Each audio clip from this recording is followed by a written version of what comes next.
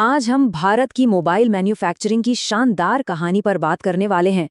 कैसे भारत असेंबली से आगे बढ़कर एक ग्लोबल मैन्युफैक्चरिंग हब बन रहा है और आने वाले वक्त के लिए इसके क्या मायने हैं। चलिए, इस कहानी की शुरुआत एक बहुत ही दिलचस्प सवाल से करते हैं। एक आईफोन, एक सैमसंग गैलेक्सी और एक गूगल पिक्सल फोन, इन तीनों में आखिर कॉमन क्या है? जवाब ये है कि बहुत मुमकिन है कि ये तीनों ही फोन यहीं भारत में बने हों। और सुनिए, ये अब कोई दूर की बात नहीं रही, ये आज की हकीकत है। और ये हकीकत ग्लोबल मैन्युफैक्चरिंग में हो रहे एक बहुत बड़े बदलाव की तरफ इशारा करती है। तो सवाल ये उठता है कि सिर्फ एक दशक के अंदर भारत दुनिया के सबसे बड़े मोबाइल मैन्युफैक्चरिंग हब्स में से एक बना, तो बना कैसे?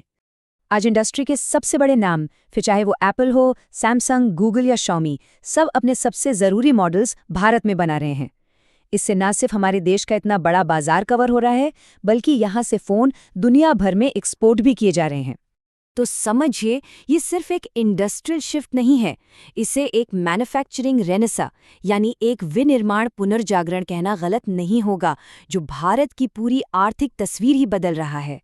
देखिए, ये कामयाबी रातों रात नहीं मिली। इसके पीछे एक सोची समझे स्ट्रैटेजी थी।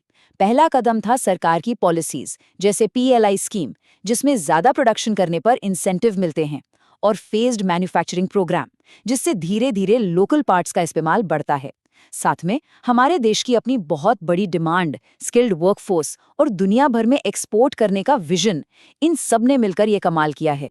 लेकिन एक बात है, फोन की फाइनल असेंबली तो भारत में हो रही है, पर अभी भी इस पूरी चेन का एक बहुत जरूरी हिस्सा गायब है। चलिए देखते हैं कि वो क्या है। मतलब डिवाइस तो यहाँ बन रहे हैं, पर फोन के जो सबसे कीमती और जरूरी पुर्जे हैं, वो कहाँ से आ रहे हैं? अब ये जो चार्ट दिख रहा है ना, ये बहुत दिलचस्प है। इसे हमारी कमजोरियों के चार्ट की तरह मत देखिए। असल में ये नए उद्यमियों के लिए अवसरों का एक नक्शा है, एक खजाने का नक्शा। सबसे पहला और बड़ा गैप है एनर्जी में। फोन की बैटरी सेल्स आज भी बड़े पैमाने पर इंपोर्ट होती हैं।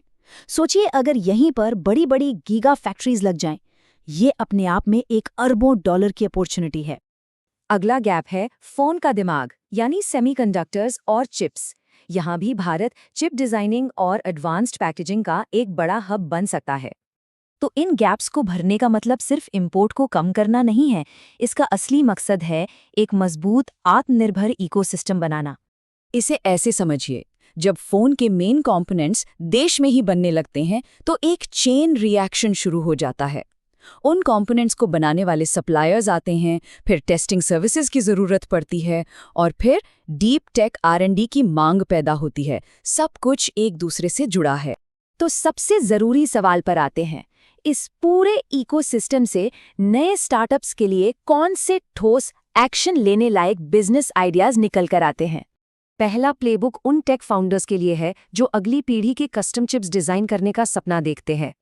मतलब भारत में चिप्स की इंटेलेक्चुअल प्रॉपर्टी यानी डिज़ाइन तैयार हो, और फिर उसे बनाने के लिए दुनिया की बड़ी कंपनियों से पार्टनरशिप की जाए।